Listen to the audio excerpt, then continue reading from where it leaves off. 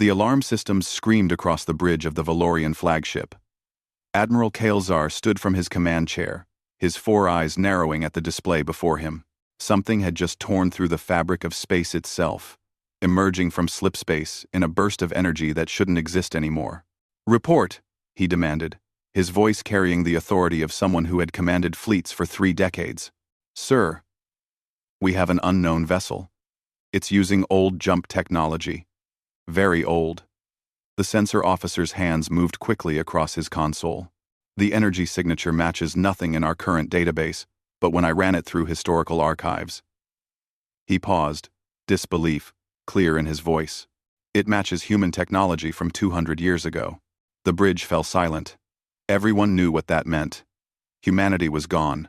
They had vanished during what the galaxy called the Great Silence, when every human, colony, station, and ship disappeared overnight. No distress calls. No warnings. Just empty worlds and drifting stations. The galaxy had mourned briefly, then moved on. New species took over the empty territories. Life continued. But now, something impossible floated in the darkness ahead of them. The ship was massive, easily the size of a Valorian heavy cruiser. Its hull was dark metal, scarred and damaged from what looked like countless battles. Burn marks covered its surface. Sections had been repaired with mismatched plating. It looked like a vessel that had been through hell and somehow survived. "They're hailing us," the communications officer announced. Kael'Zar straightened his uniform. "Put them through." The view screen flickered, and a human face appeared. The man looked tired, with short brown hair and eyes that had seen too much combat. He wore a dark blue uniform with insignia that Kael'Zar recognized from historical records. Behind him, other humans moved across what was clearly a warship's bridge. "This is Commander Jake Morrison of the Earth Defense Force, Vessel Defiant. We are on a direct course to Sol System and request free passage through this sector." Kael'Zar felt his blood chill. Earth Defense Force, Sol System, terms that hadn't been used in 2 centuries. "Commander Morrison, I am Admiral Kael'Zar of the Valorian Imperial Fleet. Your people have been gone for 200 years. Where did you come from?" Jake's expression didn't change. "We've been fighting. Now we're going home." "Home?" Kael'Zar gestured to his tactical officer. 20 Valorian ships moved into formation around the human vessel. "The territories you claim as home are now part of the Valorian Empire. Your species abandoned them long ago." "We didn't abandon anything," Jake said, and now there was steel in his voice. "We'll explain everything once we reach Earth. But we are going there. Admiral, nothing is going to stop us." Kael'Zar studied the human commander. There was no bluff in those words, only certainty. "You are 1 ship. We are 20. Power down your weapons and prepare to be boarded. We can resolve this peacefully." Jake leaned forward slightly. "Negative. We're going home, and we're not stopping. You can escort us if you want, but if you try to board us or block our path, we will defend ourselves." "That would be unwise, Commander. So would trying to stop us." Jake nodded once. "Defiant out." The view screen went dark. Kael'Zar stood in silence for a moment, weighing his options. He looked at his tactical officer. "Analysis of their vessel? Their weapons are primitive, sir. Kinetic systems, chemical propellants for their missiles. No energy shields that we can detect. Their armor is impressive, but old-fashioned. We outgun them significantly, and yet they show no fear." Kael'Zar watched the Defiant on his screen. The ship wasn't running. It wasn't trying to hide. It simply held position, waiting. "Maintain formation but do not engage. I need to report this to High Command." Aboard the Defiant, Jake turned to face his crew.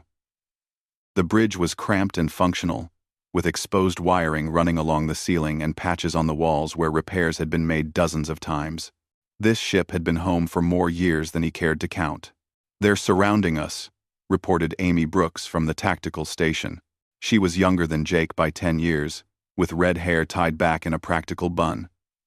20 ships in total. Heavy cruisers and destroyers. Let them, Jake said calmly. He walked to the pilot station where Marcus Stone sat ready at the controls. Marcus was the best pilot he'd ever seen, with reflexes that seemed almost superhuman after so many years of combat. Marcus, plot our course to Earth. Straight line, fastest route. That'll take us right through their formation. Marcus pointed out with a slight grin. I know. From behind them, a voice cut through the tension. You're really going to do this, aren't you? Admiral Lisa Grant stepped onto the bridge from her ready room. She was in her 60s now, with gray hair and a face marked by time and burden. She had been a captain when this journey started. Now she commanded the last remnant of humanity's defense fleet. Jake turned to face her. Ma'am, we didn't come 200 years and cross half the galaxy to stop now. Our mission was to buy time for the colony ships and then return home. We've completed the first part. Now we finish the second. Lisa studied her tactical officer for a long moment, then nodded slowly. You're right. We've earned this. She moved to the command chair and sat down, her presence immediately commanding respect from every person on the bridge. All hands, battle stations. We're going home, and anyone who tries to stop us will regret it. Across the Defiant, crew members rushed to their positions. In the engine room, Kate Miller checked the power systems one last time. In the medical bay, Dr. Sam Bennett prepared for potential casualties. In the weapons bays, gunners loaded ammunition that had been carefully rationed for decades. They were going home. After 200 years of fighting in the darkness between galaxies, after watching their sister ships fall one by one until only the Defiant remained, they were finally going home. The ship's engines hummed to life, and the Defiant began to move forward. Admiral Kael'Zar watched in disbelief as the human vessel accelerated directly toward his formation. Sir, they're not stopping, his tactical officer said unnecessarily. Kael'Zar made his decision. All ships, intercept course. Do not fire unless fired upon. I want that ship disabled, not destroyed. 4 Valorian cruisers moved to block the Defiant's path. On the human bridge, Jake's voice was calm. Amy, weapons free. Marcus, take us through. With pleasure, Marcus replied. The Defiant's weapons systems came online, and the first shots of a very short battle lit up the darkness of space. The first railgun shot from the Defiant crossed the distance in less than a second. A solid slug of tungsten traveling at a significant fraction of light speed slammed into the lead Valorian cruiser's hull. The aliens had shields designed to deflect energy weapons, but kinetic weapons were considered primitive and rarely used anymore. The slug punched straight through the shield, as if it wasn't there, and tore into the ship's armor. Alarms blared across the Valorian vessel, as atmosphere vented from the new hole in its side. The cruiser spun away from formation, trying to recover. They're using solid projectiles, the Valorian tactical officer shouted in shock. Our shields aren't stopping them. Admiral Kael'Zar gripped his command chair. All ships, evasive maneuvers, return, fire. But the Defiant was already moving. Marcus Stone pushed the human warship into a roll that should have been impossible for something so large. Valorian energy beams cut through the space where they had been a moment before, hitting nothing but empty void. Amy, hit the one on our right, Jake ordered, his voice steady despite the chaos. Amy's fingers danced across her console. Firing solution locked, missiles away. 6 missiles launched from the Defiant's tubes. They were old-fashioned chemical rockets with high explosive warheads. Nothing fancy, nothing high-tech, but they worked. The missiles spread out in a pattern that the Valorian point defense systems struggled to track. 2 got through and slammed into a destroyer's engine section. The destroyer listed to one side, its propulsion systems crippled. 2 ships down and we haven't taken a scratch, Marcus called out, guiding the Defiant through another violent maneuver. Valorian ships were fast and agile, but they fought like people who hadn't seen real combat in generations. Their formations were textbook perfect, but predictable. The Defiant, on the other hand, fought like a cornered animal that had learned every dirty trick to survive. A Valorian heavy cruiser tried to close the distance, bringing its powerful energy cannons to bear. The Defiant's railguns spoke again, this time in a rapid sequence. Slug after slug hammered into the cruiser's forward section. The first shots weakened the armor. The second wave punched through. The third set off internal explosions that rippled through the ship's infrastructure. Target destroyed, Amy reported clinically. Tracking new threats, Lisa Grant watched the battle unfold from her command chair. She had fought in more battles than she could count. This was different, though. For 200 years, they had fought an enemy that outnumbered them, outgunned them, and never stopped coming. The humans had learned to be efficient, brutal, and creative. Every shot had to count. Every maneuver had to serve a purpose. There was no room for error when you were the last ship left. Admiral Kael'Zar is pulling his fleet back, Jake observed, watching the tactical display. They're reforming at a distance. Smart man, Lisa said. He knows he's outmatched despite the numbers. How long until we clear this sector? At current speed, 2 hours, Marcus replied. But if they're calling for reinforcements, we might have company before then, Lisa nodded. Then we keep moving. Kate, how are the engines holding up? Lisa nodded. Kate Marr. Kate Marr. Kate Marr. From engineering, Kate Miller's voice came through the intercom. She sounded tired but focused. We're running hot but stable. The old girl has taken worse than this. Just try not to let them hit our port engine again. I'm still fixing the damage from our last fight. Noted, Lisa said. She looked at Jake. What are they doing now? Jake studied his displays. They're maintaining distance but pacing us. Not engaging. I think they're waiting for orders. Good. Gives us time. Lisa stood from her chair. Jake, you have command. I need to prepare our message. Message, ma'am? If we're going to fight our way across half the Empire to reach Earth, people need to know why.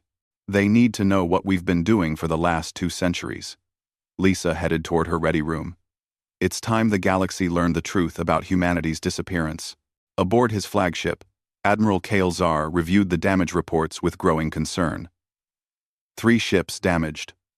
1, severely. Casualties were light, thanks to quick evacuations. But the psychological impact was enormous. His fleet had been bloodied by a single human vessel, using weapons that museums would consider antiques. Sir, we're receiving orders from the Imperial capital, his communications officer announced. They want a full report, and they're dispatching additional forces to intercept the humans. Kael'Zar rubbed his temples. How long until reinforcements arrive? 12 hours at best. Too long. That ship will be 3 systems away by then. He studied the tactical readout of the Defiant. The ship was maintaining a steady course directly toward the Empire's core territories. His navigation officer overlaid the Defiant's trajectory on a star map. A cold feeling settled in Kael'Zar's stomach. They're heading straight for Earth. Or what used to be Earth's location. That's in the heart of our territory now, sir. Over 5 million Valorian citizens live in that system. Kael'Zar knew the implications. If the humans reached Earth and found it colonized by another species, there would be conflict, possibly war. Maintain surveillance, but do not engage unless they threaten civilian vessels. I need to speak with the Emperor directly. Hours passed as the Defiant continued its journey. The crew rotated shifts, some catching brief moments of rest while others stood watch. In the mess hall, crew members ate simple rations and spoke in quiet voices about what they might find when they reached home. Sam Bennett sat in his laboratory, reviewing data they had collected about this new galaxy. 200 years was a long time. New species had risen to prominence. Technologies had advanced. Political boundaries had shifted. The galaxy humanity left behind was gone, replaced by something unfamiliar. In engineering, Kate stood before the main reactor core, watching the power readings. The Defiant had been built to last, But no ship was meant to fight for 2 centuries straight. Every system had been rebuilt multiple times, using whatever materials they could scavenge or manufacture. The ship was a patchwork of human ingenuity and desperate improvisation, but she was still flying, and Kate would keep her that way. On the bridge, Jake stared at the view screen showing the stars ahead. Somewhere out there was Earth. Home. A place he had only seen in photographs and old videos. He had been born on a colony ship during the evacuation, trained from childhood to serve on the defense fleet. This mission was all he had ever known. Amy noticed his expression. Thinking about Earth? Wondering what it looks like now. If it's even still there. It's there, Amy said with certainty. We've crossed an impossible distance to get back. We didn't come this far to find nothing. The Defiant pushed deeper into Valorian space, carrying with it questions that would shake the foundations of the galactic order. Behind them, Admiral Kael'Zar's fleet followed at a careful distance, unsure whether they were tracking invaders or witnessing the return of legends. And ahead, in the Imperial capital, the Emperor received the reports and made a decision that would change everything. The humans wanted to go home, but home was no longer theirs. What happened next would determine whether humanity's return would be peaceful or would plunge the galaxy into war. 3 days after the initial encounter, the Defiant received a transmission on old diplomatic frequencies that hadn't been used in centuries. The message was simple. A request to talk, not fight. The sender identified himself as Ambassador Soren, a Valorian diplomat who specialized in resolving conflicts before they escalated into war. Lisa Grant stood in her ready room, reviewing the message for the 3rd time. Jake stood beside her, arms crossed. Could be a trap, he said. Could be, Lisa agreed. But we've been fighting for so long that we've forgotten how to talk. Maybe it's time we remember. She looked at Jake. Set up a secure channel. Virtual meeting only. I want weapons ready just in case. An hour later, the view screen in Lisa's ready room displayed the image of Ambassador Soren. He was tall for a Valorian, with blue-tinged skin and the 4 eyes common to his species. He wore robes of office rather than military uniform, and his expression seemed genuinely curious rather than hostile. Admiral Grant, he began, his translator rendering his words in perfect English. Thank you for agreeing to speak with me. I must admit, your appearance has caused quite a stir in the Empire. I imagine it has, Lisa replied. Dead species don't usually come back. Indeed. Which raises the obvious question. Where have you been for 200 years, and why are you returning now? Lisa studied the diplomat for a long moment, then made a decision. They would need allies eventually, and hiding the truth served no purpose. We never left, Ambassador. We've been fighting a war that nobody else knew was happening, she gestured to Jake, who brought up data files and images on a secondary screen. Soren leaned forward, his eyes widening as he studied the information. 203 years ago, Lisa began, humanity's deep space sensors detected something approaching our galaxy. Something massive. At first, we thought it was a natural phenomenon, maybe a rogue dark matter cloud. But as it got closer, we realized the truth. It was alive. Or at least, it behaved like something alive. The images showed scan data of enormous structures moving through the void between galaxies. They were vast beyond comprehension, each one larger than a solar system. We called them the Devourers, Lisa continued. They consumed everything in their path. Stars, planets, entire systems. They would arrive at a galaxy and strip it clean of all matter, all energy, everything. Then, they would move on to the next one. Soren's face had gone pale. I have never heard of such things, because we made sure you wouldn't have to, Lisa said quietly. Humanity's leadership faced an impossible choice. We couldn't fight them. We couldn't stop them, but we could run. The Genesis Protocol was activated. Every human colony received the same order. Evacuate. Take everything you can carry and run as far and as fast as possible. Jake took over the explanation. Colony ships were launched carrying millions of people. They fled beyond the edges of charted space, heading for the void where even the devourers might not find them. But someone had to stay behind. Someone had to make sure the devourers followed the wrong trail. 500 warships volunteered, Lisa said, and her voice carried the weight of old grief. Every captain knew it was a one-way mission. We would engage the devourers, fight them, make them chase us, lead them away from the evacuation routes, buy time for the colony ships to escape. The images changed, showing battle after battle. Human ships fighting impossible odds against entities that defied understanding. Ships dying in brilliant explosions. Crews making last stands that no one would ever witness. For 200 years we fought, Lisa said. We ran, we hid, we ambushed. We sacrificed. One by one, the ships fell. The Sovereign, the Valiant, the Hope, the Guardian. 500 ships became 400, then 200, then 50, then 10, then just one. She stood and walked to the view screen, looking directly at Soren. The Defiant is the last ship of the defense fleet. We're all that remains of 500,000 people who volunteered to die so that humanity could survive. And we succeeded. Ambassador. 3 months ago, we destroyed the last devourer. After 2 centuries of fighting, the war is finally over. So now, we're going home. The silence stretched for a long moment. Soren seemed to be struggling with what he had learned. This is extraordinary. If what you say is true, then humanity saved not just your own species, but potentially the entire galaxy. We don't want medals, Jake said flatly. We want to go home.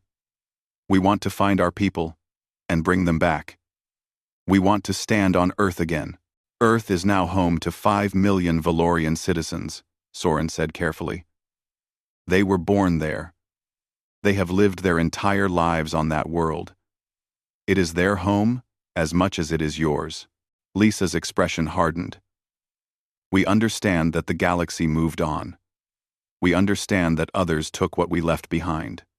But we didn't leave by choice, Ambassador. We were fighting a war to protect everyone, including your people. And now we're asking for the chance to come home. Soren nodded slowly. I will bring this information to the Emperor. He must know the truth. But Admiral Grant, you must understand the complexity of what you're asking. We cannot simply evacuate an entire planet. There will need to be negotiations, compromises. We're willing to talk, Lisa said. But we're not willing to wait forever. We've been patient for 200 years. That patience has limits. I understand. Give me time to present this to the Emperor. I believe he will want to find a solution that honors your sacrifice, while protecting the people who now call your worlds home. After the transmission ended, Jake turned to Lisa. Do you trust him? I don't know, Lisa admitted. But he's right about one thing. This is complicated. We can't just show up and expect everything to go back to the way it was. The galaxy has changed. We've changed. So what do we do? Lisa looked out at the stars visible through the viewport. We keep going. We reach Earth. Across the Empire, Soren's report reached the Emperor within hours. The ruler of the Valorian Empire was an old man who had seen much in his long life. But this news stunned even him. He called together his advisors, military leaders, and historians. They reviewed the evidence that Soren had gathered, cross-referenced it with ancient records of humanity's disappearance, and ran probability analyses. Everything checked out. The humans were telling the truth. The Emperor made his decision. He would travel to Earth personally. This was too important to delegate. If humanity had truly saved the galaxy, then they deserved more than bureaucratic negotiations. They deserved to be heard at the highest level. But he also knew that millions of his people now called Earth home. They would not leave easily. This would require wisdom, compassion, and courage from all sides. Meanwhile, the Defiant continued its journey. The crew knew that their arrival at Earth would be the easy part. What came after would test them in ways that 200 years of combat never had. They had learned how to fight and how to survive. Now, they would have to learn how to live in a galaxy that had moved on without them. In the crew quarters, people spoke in quiet voices about what they hoped to find. Some had family on the colony ships, relatives they hadn't seen in lifetimes. Some dreamed of walking on Earth, feeling real grass under their feet, breathing air that wasn't recycled. Some just wanted the fighting to be over, to rest without worrying about the next battle. The Defiant pushed forward, carrying its burden of hope and grief toward a home that might no longer recognize them. The Defiant docked at a neutral trading station called Haven's Gate, a massive structure built at the intersection of 3 different territorial boundaries. It was neutral ground, where all species could trade, resupply, and conduct business without political complications. Lisa had agreed to stop here before continuing to Earth, partly to resupply, and partly to give the Empire time to prepare for their arrival. Jake led a small team off the ship. He brought Amy for security, Kate to acquire spare parts they desperately needed, and Sam to gather information about the modern galaxy. They walked down the docking ramp into a world that felt completely alien, despite being filled with familiar technology. The station was huge. Hundreds of species moved through the corridors, conducting business in a dozen different languages. Shops lined the walls, selling everything from food to weapons to ship parts. The air smelled of exotic spices, fuel, and the recycled atmosphere common to space stations. Holographic advertisements flickered everywhere, displaying products in multiple languages. "It's so different," Amy said quietly, her hand resting on her sidearm. 200 years was a long time.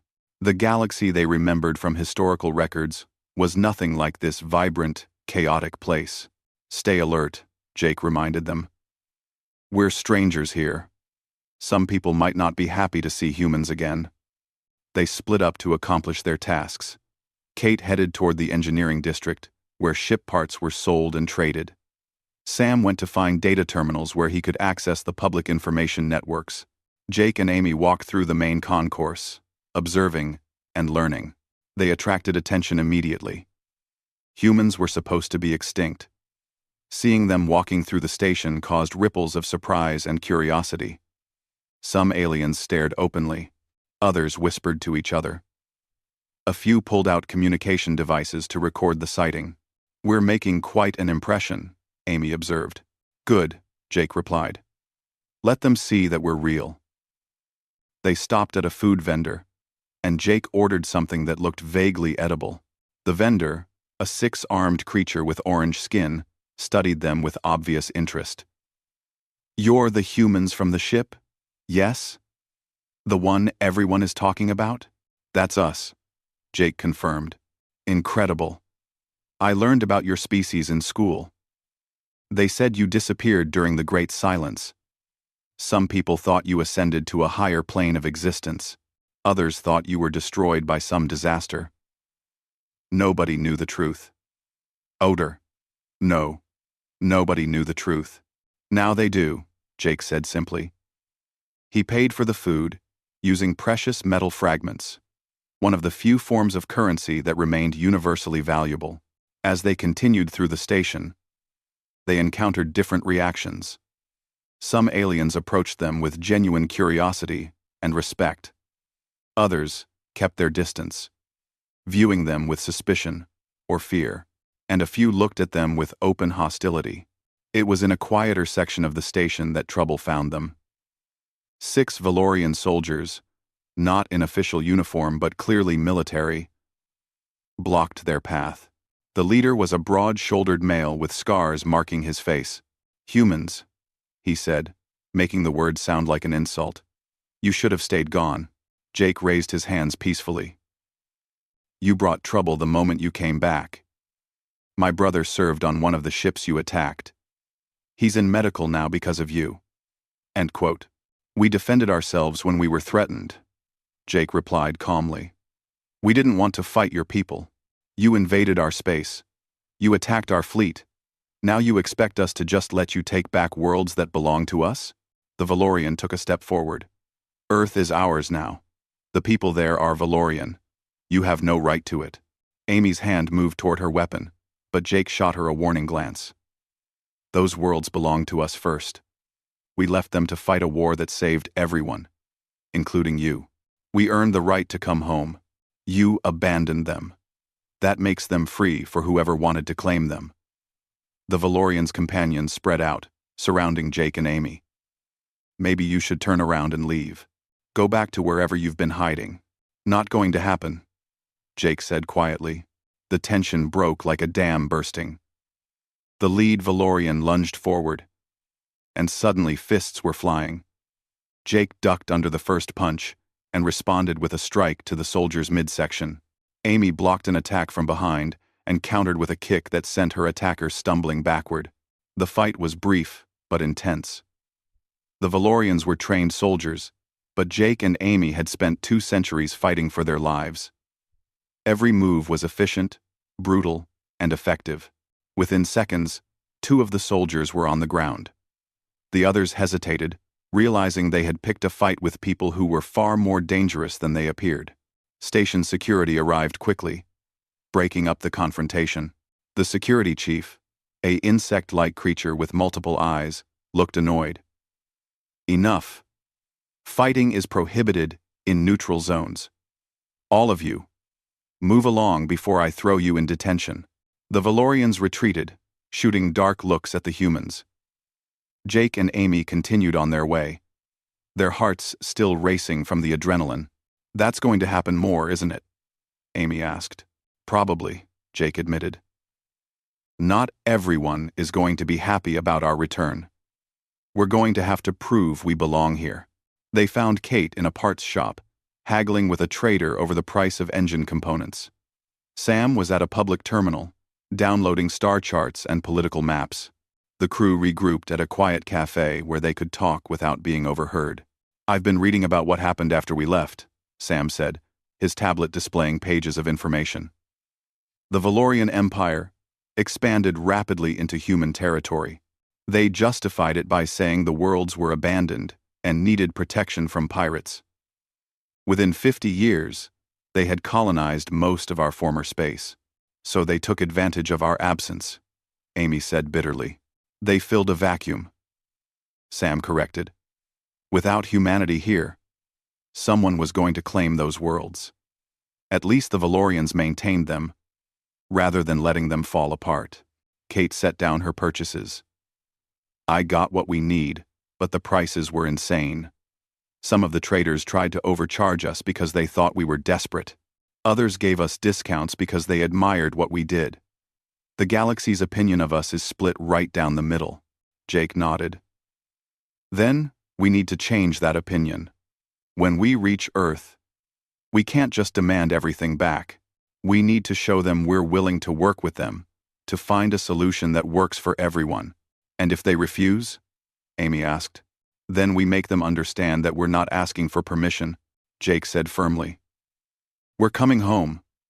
That's not negotiable.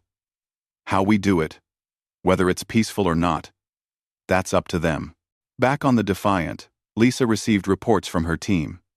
She also received a message from Ambassador Soren. The Emperor was traveling to Earth to meet them personally. He wanted to negotiate a solution face to face. It was a good sign, but Lisa knew it could also be a political move to buy time while the Empire gathered military forces. She called her senior staff together for a meeting. The Emperor is coming to Earth. He wants to talk. But we need to be prepared for anything. If talks fail, we might have to fight our way through whatever fleet they have waiting for us. One ship against an entire fleet? Marcus said from his position at the table.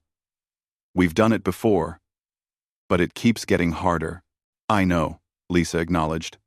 But we didn't come this far to turn back now. We reach Earth, no matter what it takes. And then we figure out how to bring our people home. The meeting continued late into the night, planning for every possible scenario. Outside, Haven's Gate continued its endless cycle of commerce and activity. The Defiant sat at its dock, scarred and weary.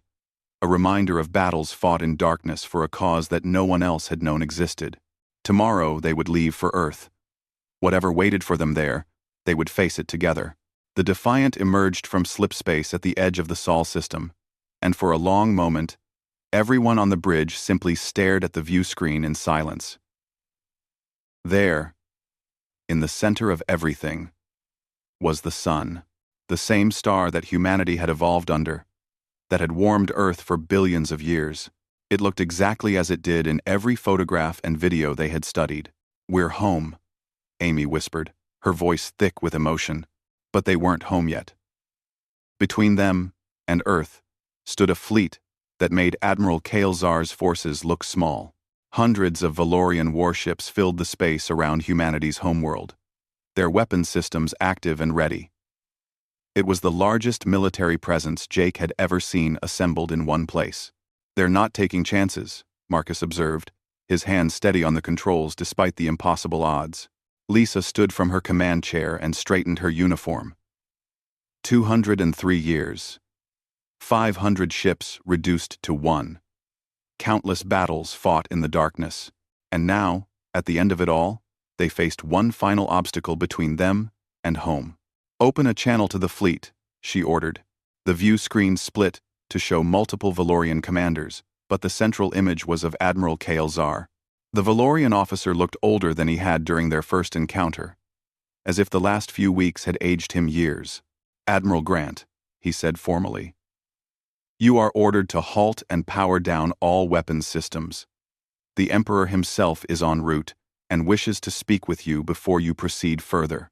"We've come too far to stop now, Admiral," Lisa replied. "We're going to Earth. We're going to set foot on our homeworld. If you try to stop us, we will fight our way through. And I promise you, we will make it cost more than you're willing to pay." Before Kael'Zar could respond, another voice cut through the channel. "That won't be necessary, Admiral Grant." A new ship appeared on the view screen, larger and more elaborate than any of the warships. It was the Imperial flagship, and standing on its bridge was an elderly Valorian in robes of state. The Emperor himself had arrived. "I am Emperor Thalen," he said, his voice carrying authority earned through decades of leadership. "I have reviewed Ambassador Soren's reports. I have examined the evidence you provided. I have consulted with historians and scientists. And I believe your story, Admiral. I believe that humanity saved this galaxy from a threat we never knew existed." Lisa felt tension she didn't know she was carrying start to ease. "Then, you'll let us pass?" "I will do more than that," Thalen said. "I propose a solution. Earth will become a shared world. The Valorian citizens who now call it home will remain, but humanity will be welcomed back to reclaim what is rightfully yours. We will work together to rebuild, to integrate our societies, to honor both the sacrifice of the past and the reality of the present." "Shared?" Jake said quietly to Lisa. "Can that even work?" "I don't know," Lisa admitted, "but it's better than more fighting." She turned back to the view screen. "What about the colony ships? Millions of humans are still out there in the void, waiting for the signal to return home. Will they be welcome as well?" "They will," Thalen assured her. "We will help you find them and bring them home. This is not just your burden to carry anymore. The galaxy owes humanity a debt. It is time we began to repay it." Lisa exchanged glances with her senior staff. Jake's expression was unreadable, but then he nodded once. "We accept," Lisa said. "On behalf of the crew of the Defiant and all of humanity, we accept your offer." "Then welcome home, Admiral," Thalen said warmly. "You have earned your rest." The Valorian fleet parted, creating a clear path to Earth. The Defiant's engines hummed to life, and slowly, carefully, the scarred warship began its final approach to humanity's birthplace.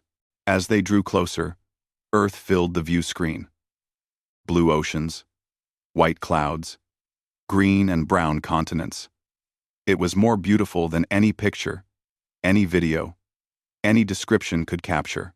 Some of the landmasses looked different, changed by 200 years of time and Valorian development. But it was still Earth. Still home. "I'm reading cities on the surface," Sam reported, his voice awed. "Millions of structures. The Valorians have built extensively. But they've also preserved many of the old human sites. I'm detecting what looks like memorial markers at the locations of major cities. They remembered us," Amy said softly. The Defiant entered Earth's atmosphere, and for the first time in centuries, a human-built ship descended toward the planet's surface. The ship's hull heated from friction. The view screen showed clouds rushing past, then clear sky, then land below. They landed in what had once been a human spaceport. The area had been maintained. The old landing pads kept clear, as if waiting for this exact moment. As the Defiant's landing gear touched Earth soil, a cheer went up from the crew. People hugged each other, cried, laughed. The journey was over. Lisa stood and walked to the airlock. Her senior staff gathered around her. 200 years, she said quietly. 500 ships, 500,000 people.